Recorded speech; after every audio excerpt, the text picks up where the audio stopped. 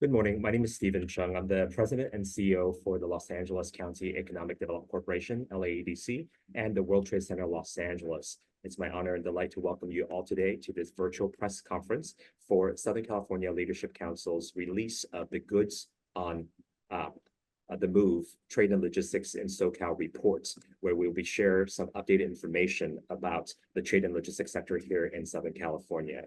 Today, we're delighted to have a few speakers with us, including former Governor of California, Gray Davis, the co-chair for Southern California Leadership Council, as well as Fran Inman, the chair of the SCLC Goods Movement and Transportation Committee, but also the senior vice president for Majestic Realty. I'll also be joined by Jeff Jennison, the immediate past co-chair of SCLC and the CEO of Watson Land Company.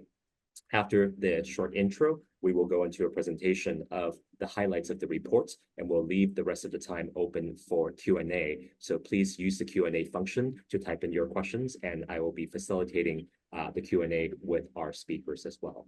With that, I will once again welcome you all joining us today. This recording will be made available at 11 o'clock, including the release of our reports, as well as any relevant material on the LADC website, which we'll provide for you at the end of this webinar. So with that, I would like to introduce our first speaker to open us and kick us off, former Governor Gray Davis. Thank you, Steve, and thank you for a great report. I also want to give kudos to Fran Inman and Jeff Jennison. They're both in the industrial property business. They know the implications of having vibrant ports, and they know the problems associated with ports in jeopardy, which they are for a reason I'm about to get to.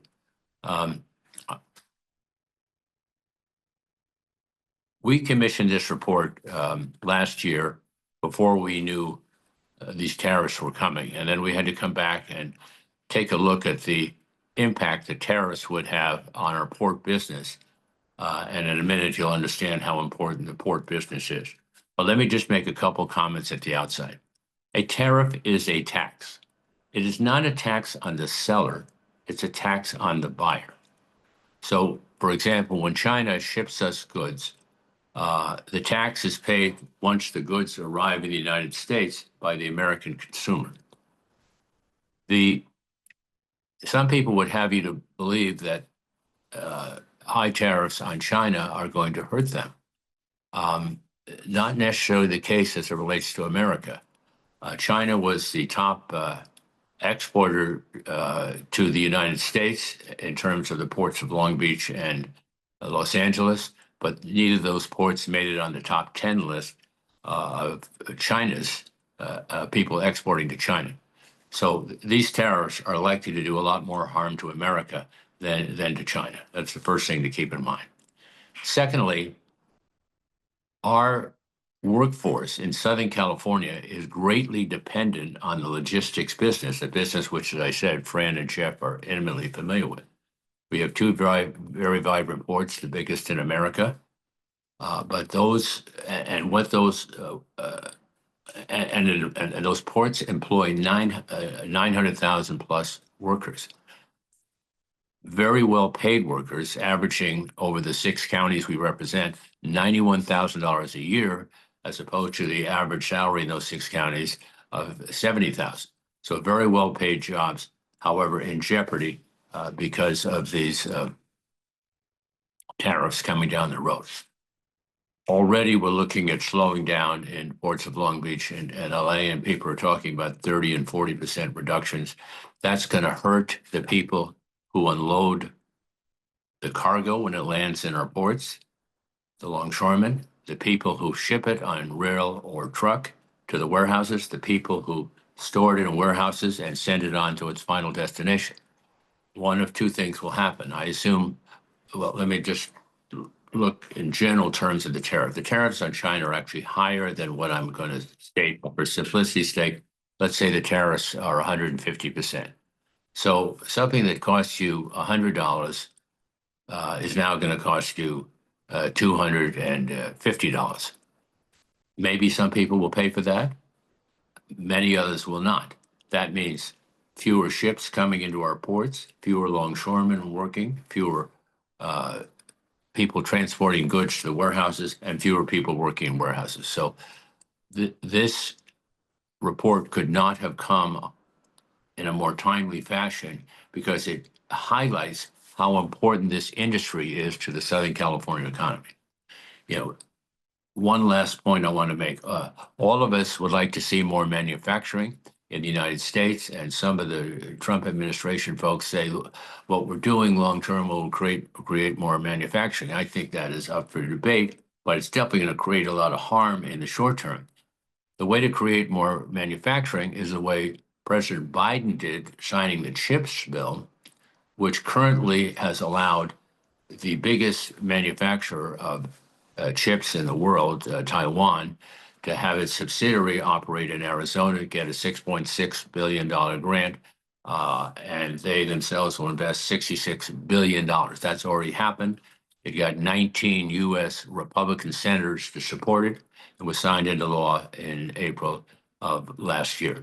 Similarly, plants are being built in Texas and in Ohio as a consequence of the CHIP Act. So Biden's and the Republicans, in large part, thought the best approach to win back manufacturing is to provide incentives to invest in America as to sort of hit you over the hammer approach of tariffs. Those are the comments I wanted to say at the outset. Steve, your folks did a great job.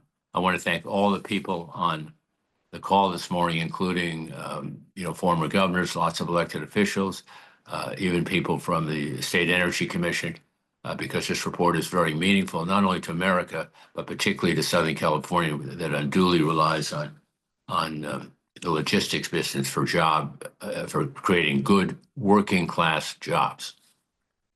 Thank you very much, Governor. Appreciate your comments and opening this conversation. At this point, I would like to invite Fran Inman, the chair for the Southern California Leadership Council's Goods Movement and Transportation Committee. Fran? Good morning. Thank you, Stephen, and thank you, Governor Davis.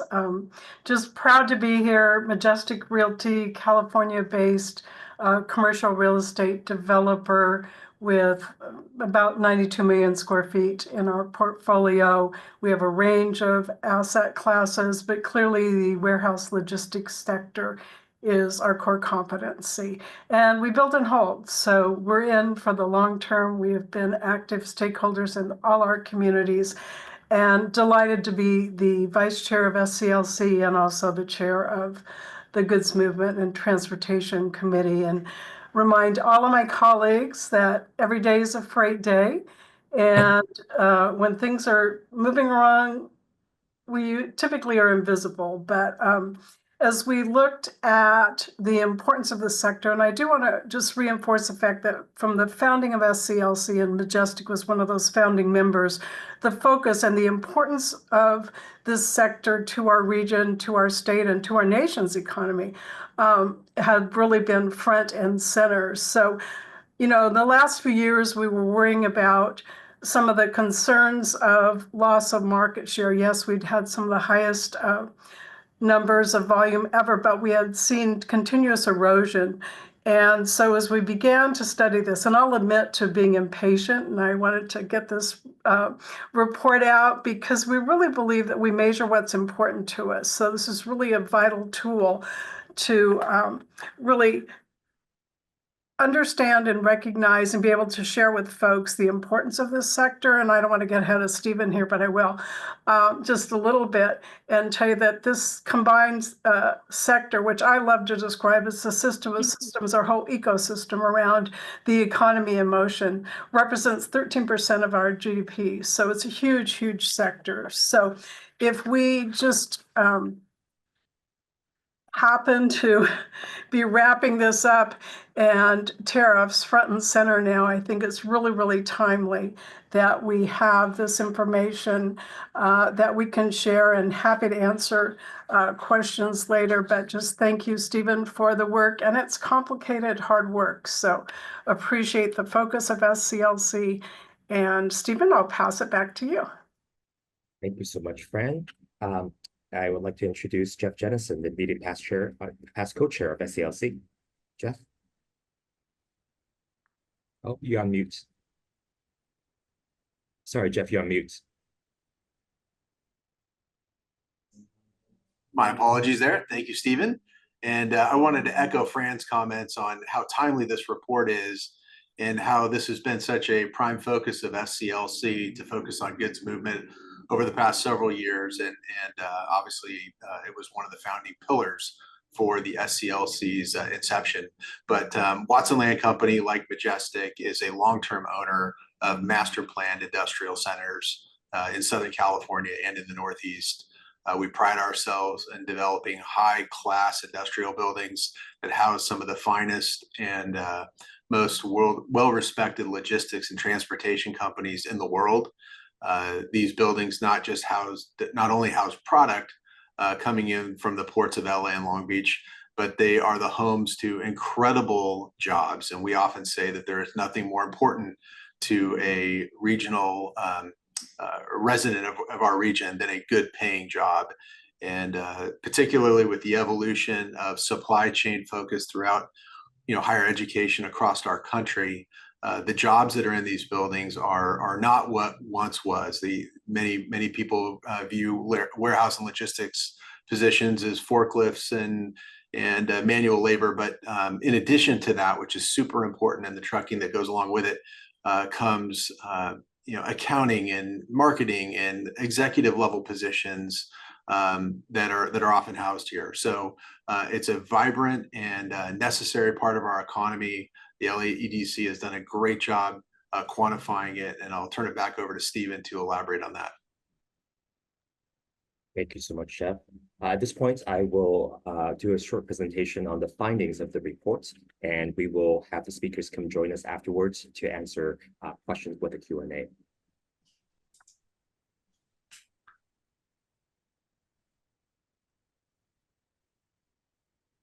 Hoping you can see my screen.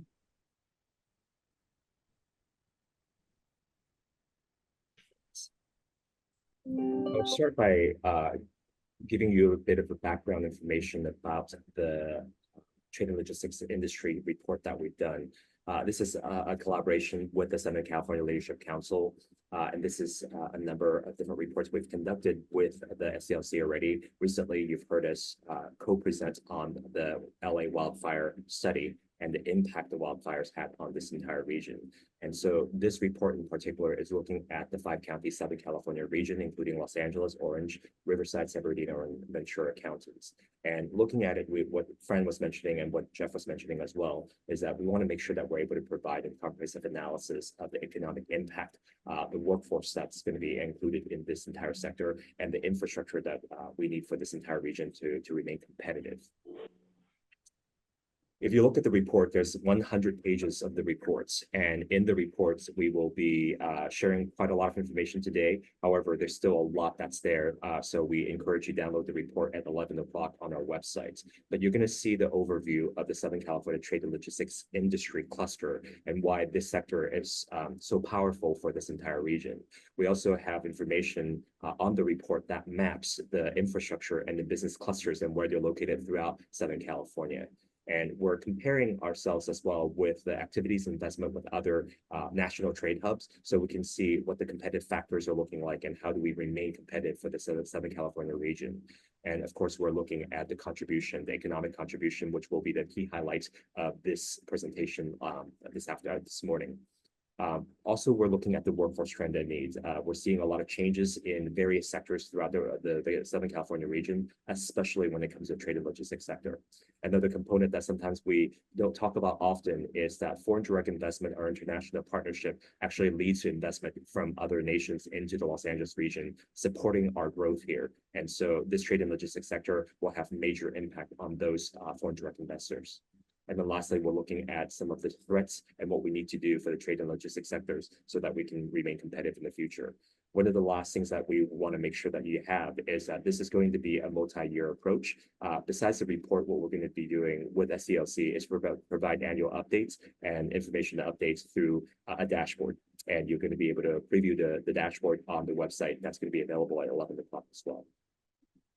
And I know that there are going to be questions afterwards, so please feel free again to use the Q&A function and start asking your questions so that right after the presentation, we can go into detail.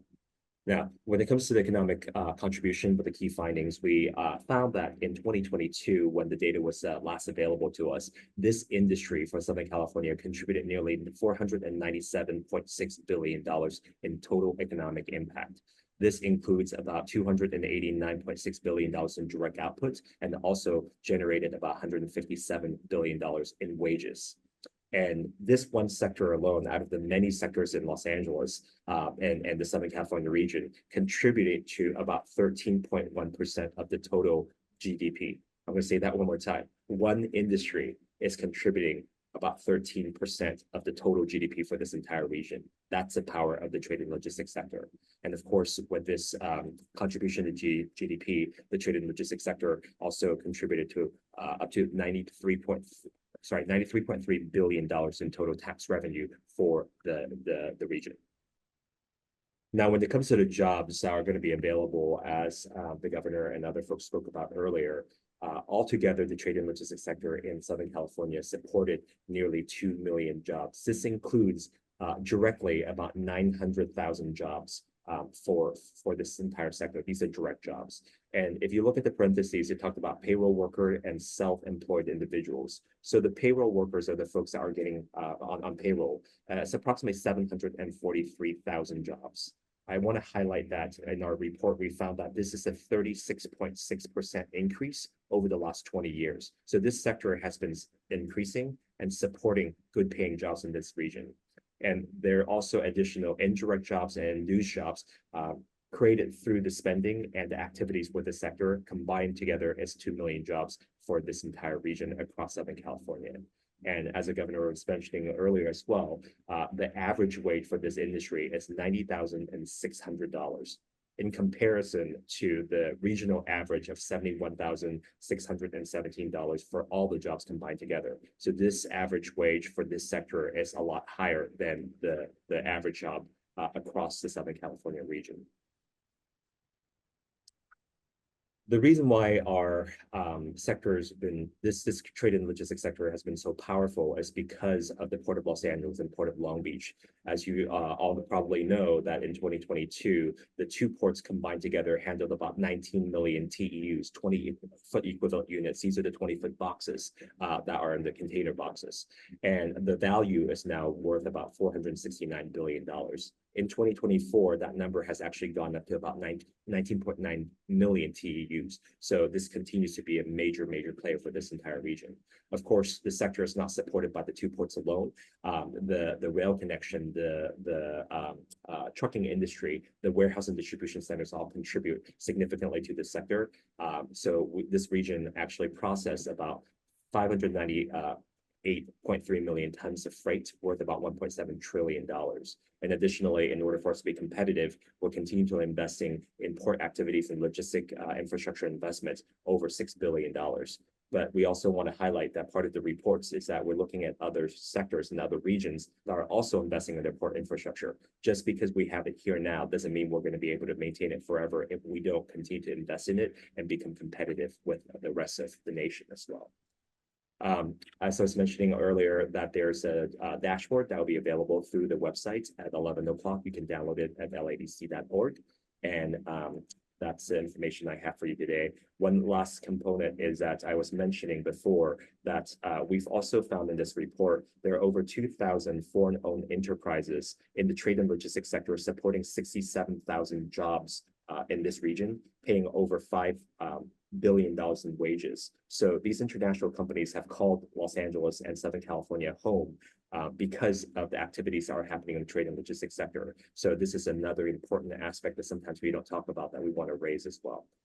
With this, I will conclude my presentation. And again, this report and this recording, as well as any additional relevant information, will be available to be downloaded at 11 o'clock at www.ladc.org. I would like to bring back the other speakers, Jeff and Fran, if you can join us as well with the governor. And if there are any questions, please feel free to use the Q&A function. While we're waiting for some of those questions to come up, let's see, second. I saw that there was a hand up before. with David Bloom. If you can type in your Q&A, that would be wonderful.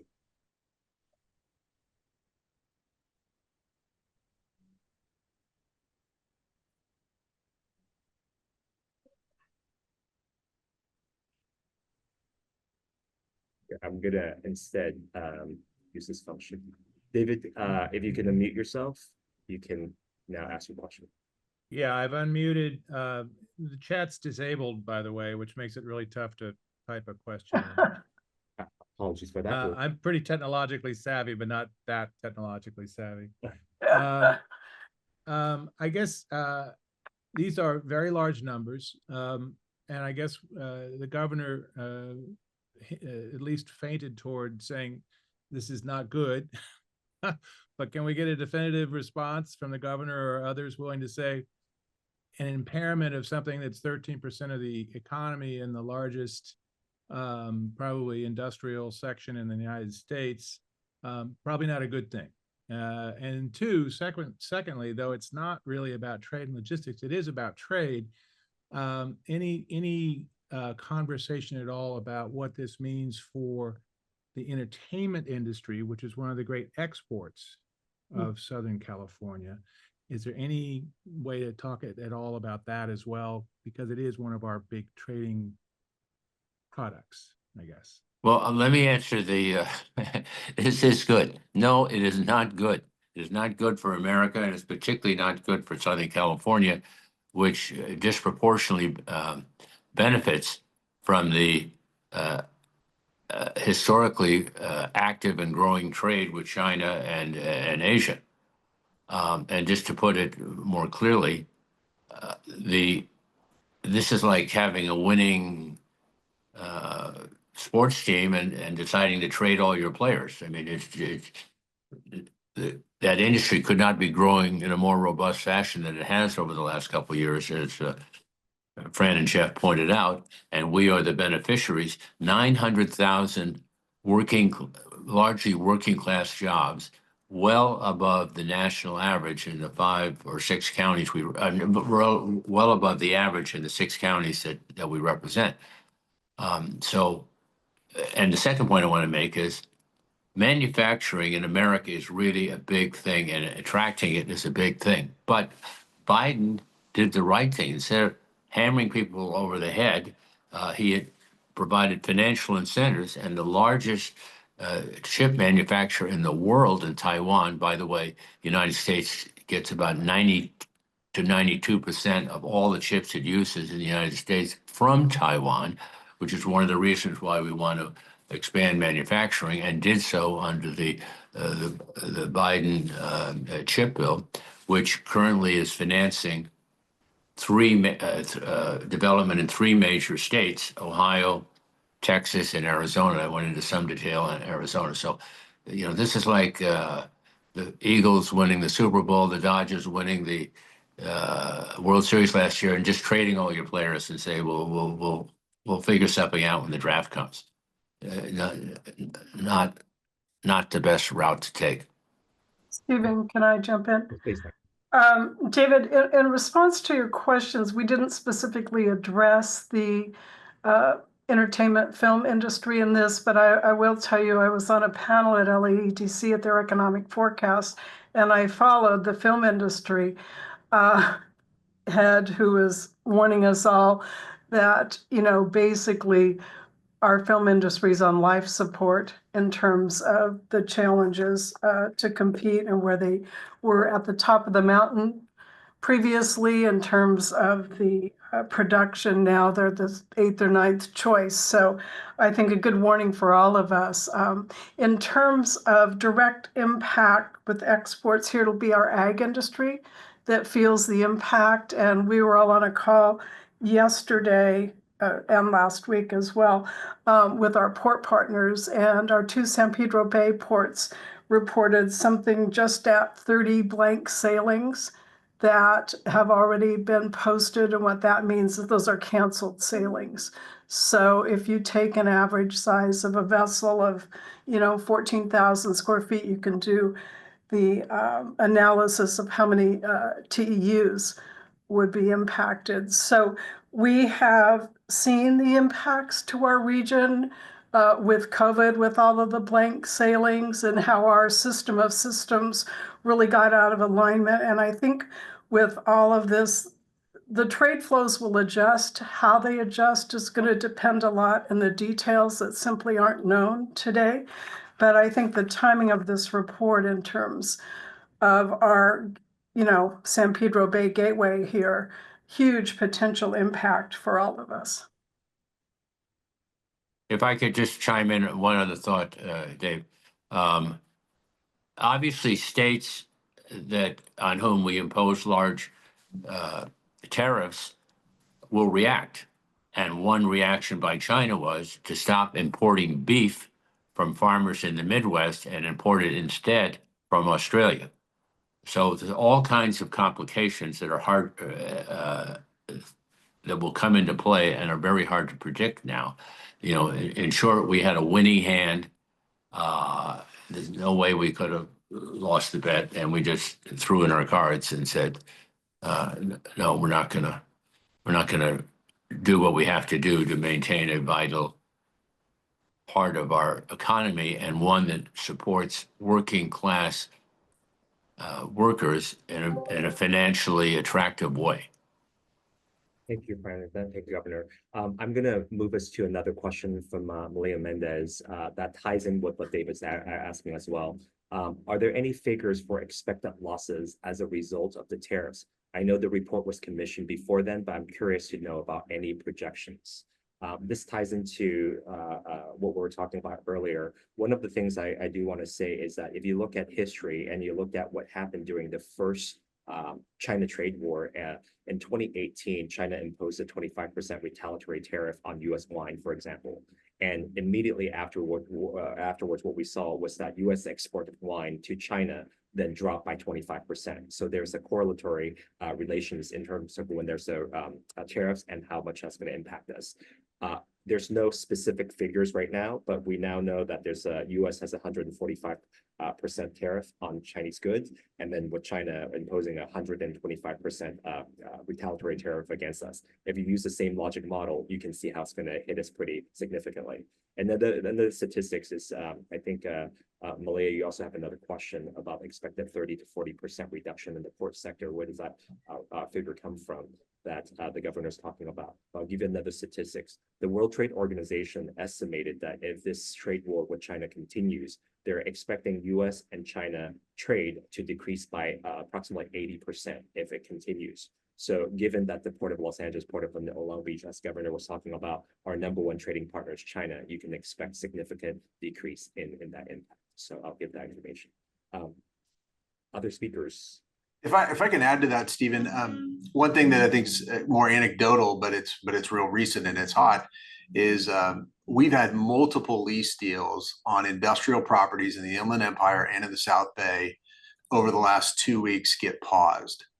These were very solid credit users looking to lease space for projected inventories, and because of what's going on right now, they've hit the pause button. Doesn't mean that they're going to go away in perpetuity, but these decisions have stopped, and they have significant impacts to not just to our company, but you ripple effect that through the jobs that would fill those buildings, the technology that would go into those buildings, the purchased infrastructure.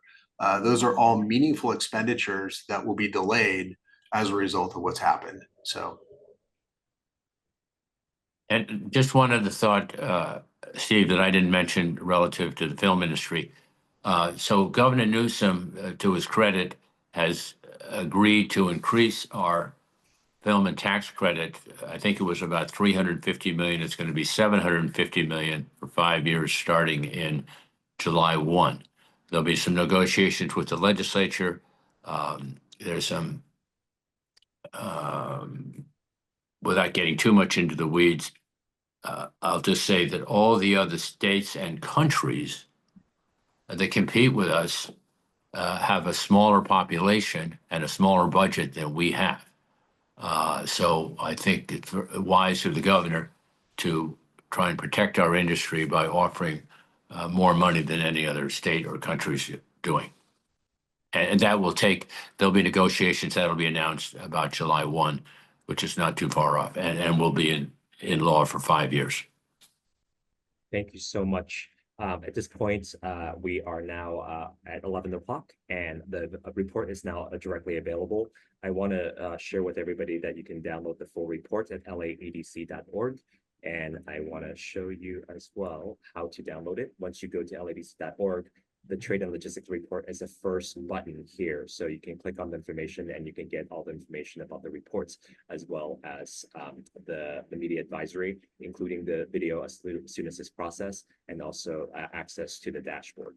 So we welcome you to download the report. If you have any other questions, our contact is also available on the media advisory. Please let us know how we can be of support, and we thank you all for joining us today. Governor Jeff, Fran, are there any other closing remarks that you would like to make? No, just thank you, Stephen. This was a great report, very timely, and it just shows you how industries can provide meaningful work.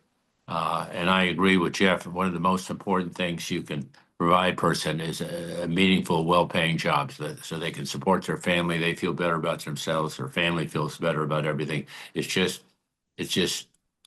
hard to put into words how significant that is in a person's life, that being a good, meaningful, well-paying job. And the logistics industry has been doing that quite successfully for the last couple decades. Wonderful. Well, we thank you all for joining us for this press event, and we look forward to working more closely with you in the future. As Fran likes to say, and we agree completely, we need to get the systems working for us to make sure that we have competitive industries here in Los Angeles, especially the trade and logistics sector that has been a major driver for the economy for this region over the past decades, and hopefully will continue to be competitive in the future. Thank you all, and we'll look forward to working with you in the future. Take care. Thank you, Stephen. Thank you, Fran. Thank you, Jeff.